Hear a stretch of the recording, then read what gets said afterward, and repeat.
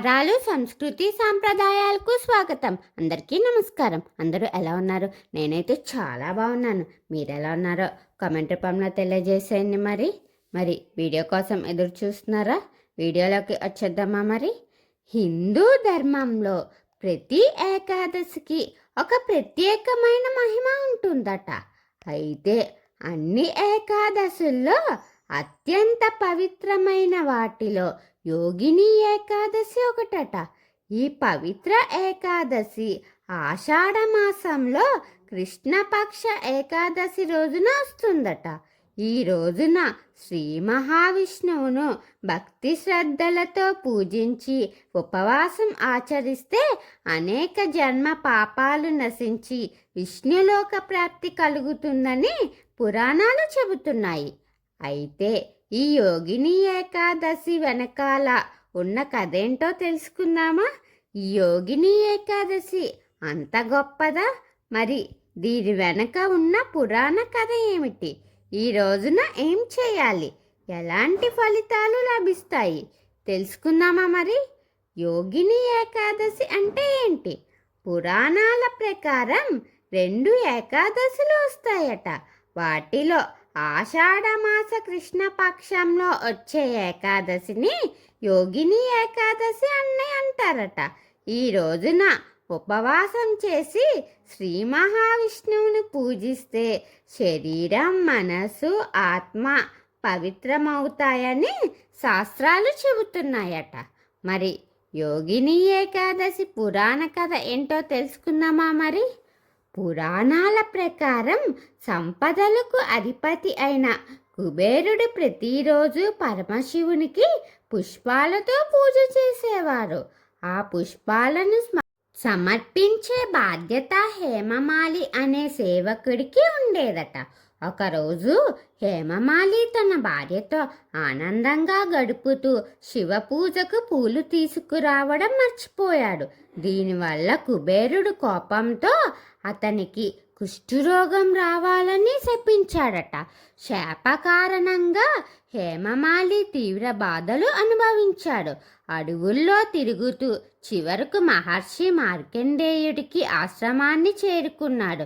తన తప్పును ఒప్పుకుని విముక్తి మార్గం చూపమని వేడుకున్నాడట. అప్పుడు మార్కండేయ మహర్షి ఇలా చెప్పారట: ఆషాఢ కృష్ణ పక్షంలో వచ్చే యోగిని ఏకాదశి వ్రతాన్ని భక్తితో ఆచరించు, శ్రీ మహావిష్ణువును ప్రార్థించు, నీ పాపాలు తొలగి శాప విముక్తి పొందుతావు అని. అప్పుడు హేమమాలి మహర్షి చెప్పినట్లు ఉపవాసం చేసి భక్తితో విష్ణువును ఆరాధించాడు. వెంటనే అతని కుష్ఠరోగం నయమై శాపం తొలగి తిరిగి సుఖ సంతోషాలతో జీవించాడు. ఈ కథ మనకు ఒక గొప్ప సందేశాన్ని ఇస్తుంది. అది ఏంటంటే, తప్పు చేసిన నిజమైన పశ్చాత్తాపంతో భగవంతుణ్ణి ఆశ్రయిస్తే ఆయన క్షమించి అనుగ్రహిస్తాడని. మరి ఈ రోజున ఏమి చేయాలో తెలుసుకుందామా? బ్రహ్మముహూర్తంలో లేచి పవిత్ర స్నానం చేయాలి. ఇంటిని శుభ్రం చేసి శ్రీ మహావిష్ణువు చిత్రాన్ని లేదా విగ్రహాన్ని ప్రతిష్ఠించి పూజ చేయాలి. తులసి దళాలతో అర్చన చేయాలి. ఓం నమో నారాయణ అని, ఓం నమో భగవతే వాసుదేవాయ అని మంత్రాలను జపించాలి. ఆ తర్వాత సాధ్యమైనంత వరకు విష్ణు సహస్రనామం చేస్తే గజేంద్ర మోక్షం లేదా భగవద్గీత పారాయణం చేయడం శ్రేయస్కరం. మరుసటి రోజు ద్వాదశి నాడు పారాయణ చేయాలి. సాధ్యమైనంత వరకు ఉపవాసం ఉంటే మంచిది.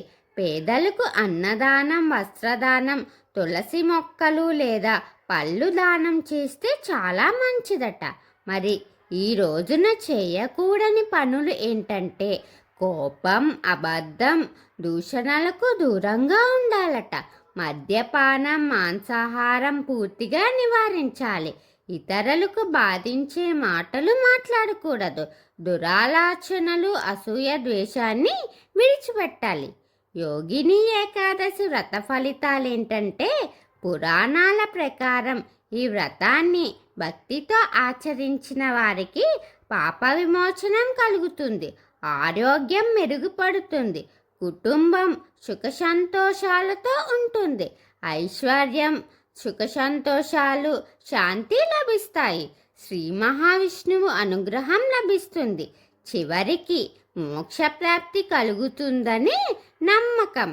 యోగిని ఏకాదశి సందేశం ఏంటంటే, యోగిని ఏకాదశి మనకు ఉపవాసం మాత్రమే కాదు, మనస్సును కూడా పవిత్రం చేసుకోవాలని బోధిస్తుంది.